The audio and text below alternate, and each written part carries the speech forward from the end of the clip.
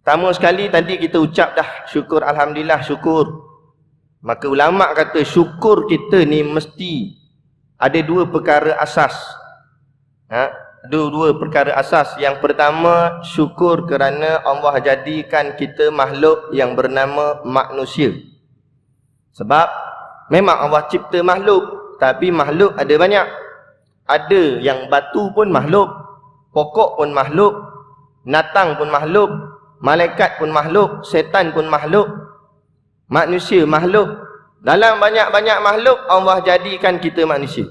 Andai kata kalau Allah jadikan kita batu, okey lagi lah duduk canak tiang situ. Ataupun kalau Allah jadikan kita pokok, okey lagi, boleh berbuah, dapat manfaat kepada orang. Atau Allah jadikan kita binatang, kalau jadi lembu okey lagi, sebab boleh buat sembelih korban. Tapi kalau jadi binatang yang bunyi dia tu, hidung congek tu, jadi babi. Sebab itulah pertama-tama kata ulama kena ucap syukur.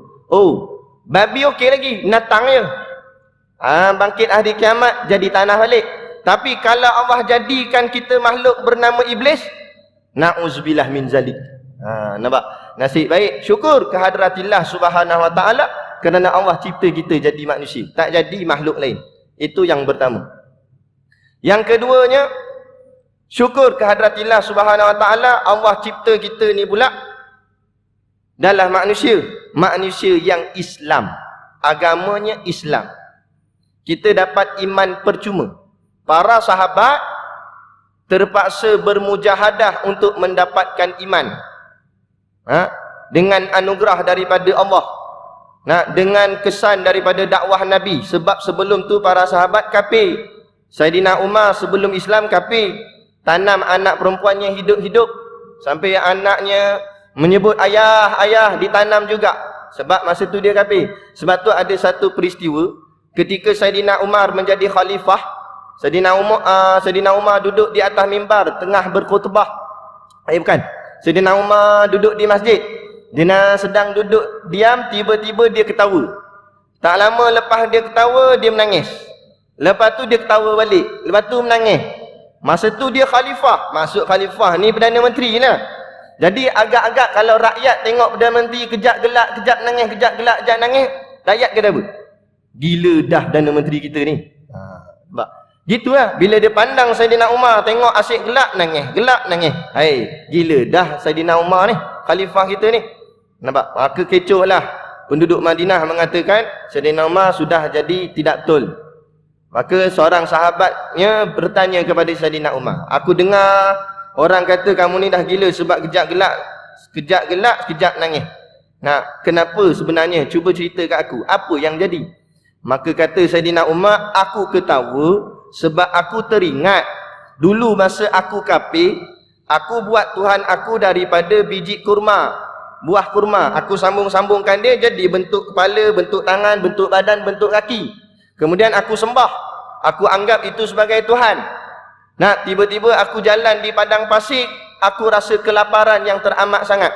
Maka aku makan kurma tu tadi. Maknanya aku makan Tuhan aku sendiri. Tu yang aku ketawa. Bodohnya aku. Tuhan yang aku buat, aku makan pula. Tu yang sebab aku gelak, kata Saidina Umar. Dah kenapa hang nangis pula?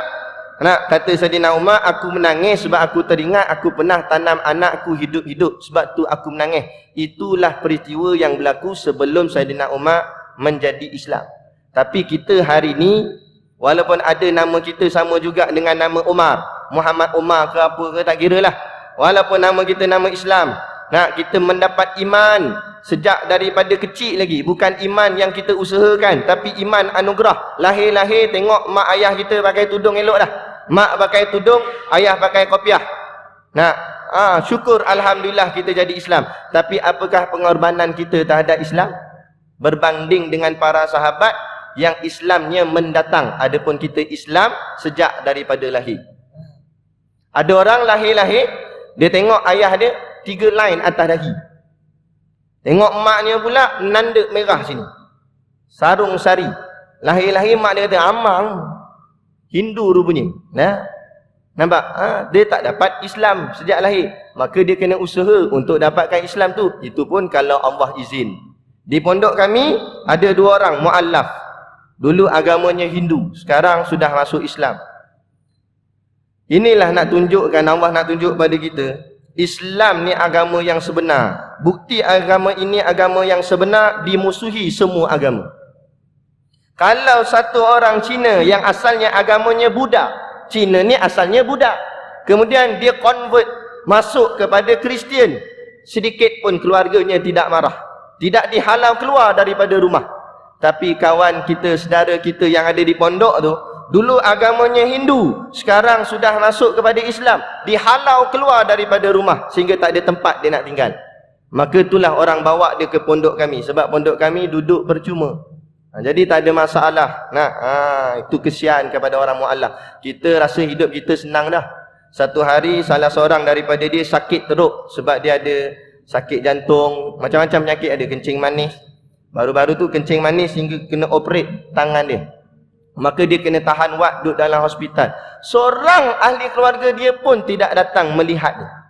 Yang datang jenguk dia, yang jaga dia, pelajar-pelajar pondok, sahabat-sahabat se-Islam dengan dia. Nampak? Inilah nak menunjukkan bahawa mereka semua si kafir ni sangat-sangat benci kepada agama kita Islam.